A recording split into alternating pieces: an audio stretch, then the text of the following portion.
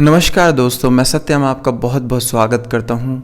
और आज हम शरीर में होने वाली गांठों के विषय पर बात करने जा रहे हैं। क्या इसकी चिकित्सा है, क्या ये बीमारी है, और इस चर्चा में हमारे साथ शामिल रहेंगे आचार्य दीपक जी। आइए हम शुरू करते हैं।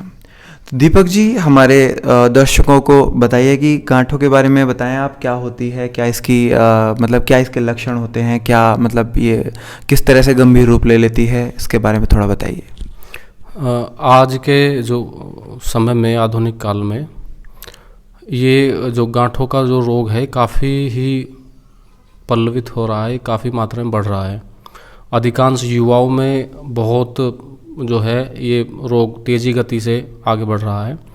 युवावस्था में बहुत सारी बच्चों को नई नई उम्र में बहुत सारी शरीर में कई अंगों में गांठें हो रही हैं। और पुराने समय में आप समाज में देखेंगे तो जो पुराने लोग थे उनको बहुत कम रोग था ये, लेकिन आज के समय में ज़्यादा है। अब ये रोग क्या है ऐसा जो आज के समय में बढ़ रहा है? देखिए, जो गांठें होती हैं ये दो कारण से मुख्यतः उत्पन्न होती हैं। एक तो होती हैं कफ से और एक होती है मेद से। मेद एक हमारी धातु होती है। जो भी हम आहार लेते हैं, भोजन करते हैं, उससे 7 धातुएं बनती हैं और उन 7 धातुओं के बनने से हमारे शरीर का निर्माण होता है। वो 7 धातु हैं रस, रक्त, मांस, मेद, अस्थि, मज्जा और शुक्र। तो ये ही धातुएं हमारे शरीर का निर्माण करती हैं। जो कुछ भोजन होता है इसके माध्यम से हमारे शरीर को प्राप्त होता है। तो इसमें जो मेद नाम की जो धातु है, मांस के बाद जो मेद जो जिसका भाग आता है, मेद का जब पाचन नहीं होता, इससे जो आने वाली अगली धातु है जब उसका निर्माण नहीं होगा, जब मेद का पाचन नहीं होगा तो अगली धातु नहीं बनेगी। जब मेद का पाचन नहीं होगा तो यह फिर संचित हो जाती है, इकट्ठी हो जाती है। और जब इकट्ठी हो जाती है फिर ये आकार ले लेती है बेर की तरह से शरीर में, और स्किन से ऊपर आ जाती है, उभर जाती है। जब कफ की प्रकृति अधिक होती है तो उस समय कफ का पाचन ना होने के कारण से भी जो है ये कई बार गांठ के रूप में उभर जाती है। तो मुख्यतः कारण इसका यही होता है। और जब ऐसा होने लगता है तो शरीर में किसी भी अंग में कहीं भी ये जो है हो जाती है। स्थान इसका जो होता है वो जो कोमल त्वचा जहाँ पर होती है अधिकांश वहाँ पर जो है इसकी उत्पत्ति होती है। और इसके रूट्स हो जाते हैं, इसकी जड़ें हो जाती हैं और ये फिर बढ़ जाती है। कई बार ऐसा होता है कि जब ये हो जाती है तो लोग ऑपरेट करा लेते हैं उसको, लेकिन फिर अगले स्थान पर जाती है, उसी के पास में दोबारा से उभर जाती है। तो मानो इसका जो है ना जड़ें होती हैं वो बार बार आती रहती हैं। उसका जो मुख्य कारण है वो यही होता है कि जो हमारा आहार जो है वो उसका ठीक प्रकार से ना पचना में कारण है कि आप आहार अच्छा नहीं ले रहे हैं, या यदि आप अच्छा आहार ले रहे हैं तो उसको पचाने के लिए आप जो अभ्यास हैं, क्रियाएं हैं, वह ठीक प्रकार से नहीं कर रहे हैं। इन दोनों ही अवस्थाओं में जो है इस रोग की उत्पत्ति होती है।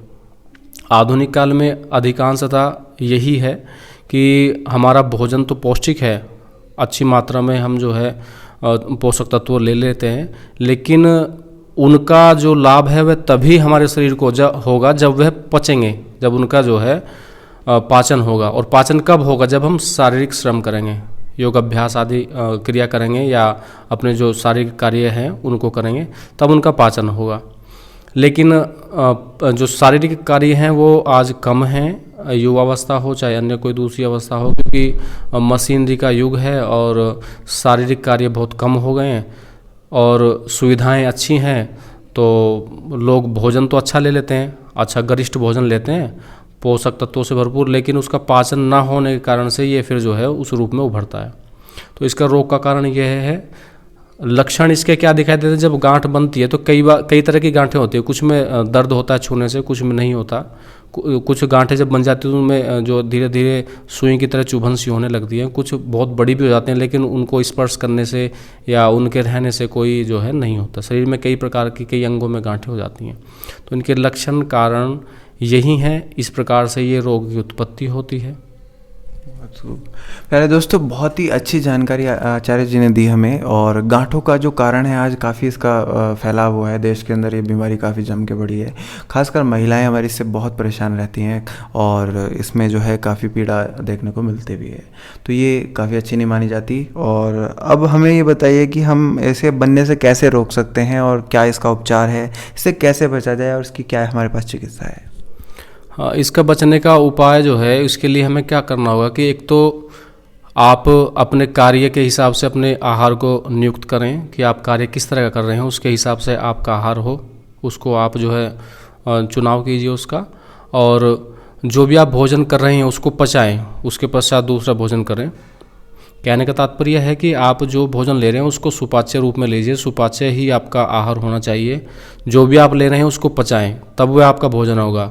आप खाने में यदि बहुत अच्छा गरिष्ठ भोजन ले रहे हैं, बहुत पौष्टिक पदार्थ ले रहे हैं और उनका पाचन ना हो, तो आपके लिए विष का कार्य करेंगे, वो जहर का कार्य करेंगे, क्योंकि उनसे रोगों की उत्पत्ति होगी। तो आप एक बात हमेशा ध्यान रखें कि आप अच्छे पदार्थ खाइए, जो खाने के योग्य प्रकृति ने दिए उनको खाइए, लेकिन साथ में उनका पाचन होना आपके लिए हितकर है। क्योंकि आपका भोजन, मनुष्य का भोजन वही भोजन अपना होता है जो पच जाता है, जिसका पाचन हो जाए वही आपका भोजन है। क्योंकि शरीर को भोजन तब मिलता है जब उसका पाचन हो जाता है, उससे पहले उसका भोजन नहीं। वो तो आपने केवल खा लिया, लेकिन शरीर को मिला नहीं मिला उसका आपको नहीं पता। जो रोग जो उत्पन्न होते हैं वो तब होते हैं जब शरीर उसको ग्रहण नहीं करता, जब शरीर उसको नहीं लेता तो वो रोग के रूप में बाहर निकलता है।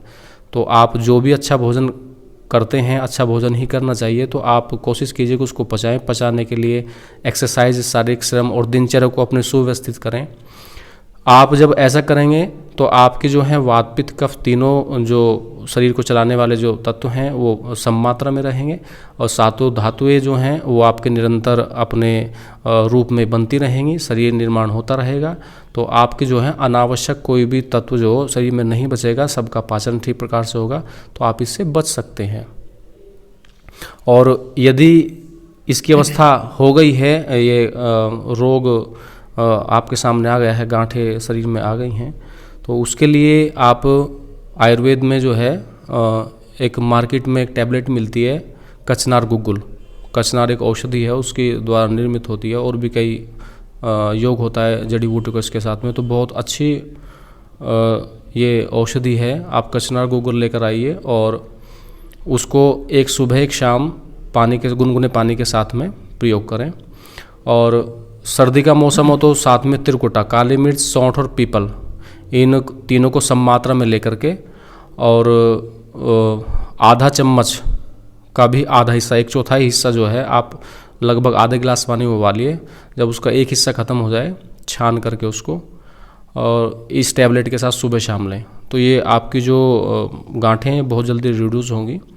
और इनकी जो जड़ें आ गई हैं, यदि नहीं आई हैं तो आएंगी नहीं, और जो आ गई हैं तो उनको भी ख़त्म करने की दवाई काम करेगी।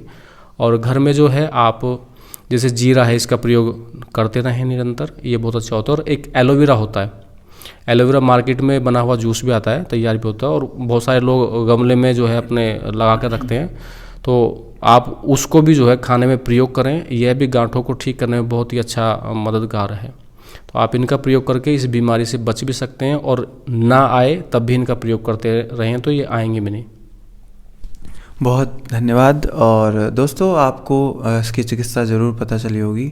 होप करता हूँ कि आप इसको अपने लाइफ में फॉलो करें और गांठें आने से आप रोक सकते हैं, ये बीमारी का कारण बनने से आप अपने आप को बचा सकते हैं। तो गांठें हमारे लिए बहुत घातक भी सिद्ध हो जाती हैं, तो इनसे जितना हो सके बचें और अपने स्वास्थ्य का ज़रूर ध्यान रखें। दोस्तों, स्वास्थ्य से बढ़ के कुछ भी नहीं है, अपना ध्यान रखें और इस तरह से काम करते रहें। मिलते हैं किसी अच्छी सी वीडियो में, और हम दीपक जी का बहुत बहुत धन्यवाद करते हैं जो हमारे साथ जुड़े। उम्मीद करता हूं कि आपको दी गई जानकारियां सब अच्छी लगी होंगी। अगर आपको अच्छी लगी हो तो आप हमारे साथ जुड़े रहें, और मिलते हैं किसी अच्छी सी वीडियो में। तब तक के लिए, और एक हमारा गुरु मंत्र हमारा जो है एक रह गया है प्रश्न, तो गुरु मंत्र के बारे में और बताना चाहेंगे? हाँ, गुरु मंत्र तो यही है कि आप जो है ना आत्मचिंतन करें, क्योंकि जीवन जो है एक विशेष है, और विशेषता मनुष्य के लिए जो जीवन है, मनुष्य का जीवन एक विशेष है अपने आप में। तो इसको जानने का प्रयास करना चाहिए मनुष्य को। उसके लिए जो है स्वाध्याय करें, आत्मचिंतन के प्रातःकाल और सायंकाल में 10 मिनट, 20 मिनट या आधा घंटा यथा सामर्थ्य आप समय को लेकर के एकांतचित होकर बैठें और अपने जीवन के बारे में सोचें, अपने क्रियाकलापों को देखें कि आपने सुबह शाम तक क्या कर्म किए, अच्छे किए, बुरे किए, और साथ ही साथ अपने रोग के बारे में पॉजिटिव सोचें आपको यदि गांठें हैं तो उसके बारे में पॉजिटिव सोचिए कि ये जो रोग है गांठें मेरी स्वस्थ होंगी। और आप प्रातःकाल में और सायंकाल में भी जो है एक प्राणायाम कर सकते हैं। सीधे बैठ करके आप धीरे धीरे गहरा श्वास अंदर भरें और धीरे धीरे ही दोनों नासारंध्रों से उसको धीरे धीरे बाहर छोड़ें। यथा सामर्थ्य आप यदि इस प्राणायाम को करेंगे तो इस प्राणायाम को करने से आपके शरीर में जहाँ बहुत सारे लाभ होंगे, आपको मानसिक लाभ भी होगा और शारीरिक लाभ भी होगा, उसी के साथ साथ आपका ये जो गांठों का जो रोग है ये भी दूर होकर के आपको सुस्वास्थ्य प्रदान होगा। बहुत सुंदर जानकारी, बहुत अच्छा गुरु मंत्र आचार्य दीपक जी ने हमें दिया, तो हम उनका बहुत बहुत धन्यवाद करते हैं। और दोस्तों, आपको जानकारियाँ पसंद आई होंगी। मिलते हैं आपको किसी अच्छे से वीडियो में। आप अपना ध्यान रखिएगा। नमस्कार, जय हिंद, जय भारत।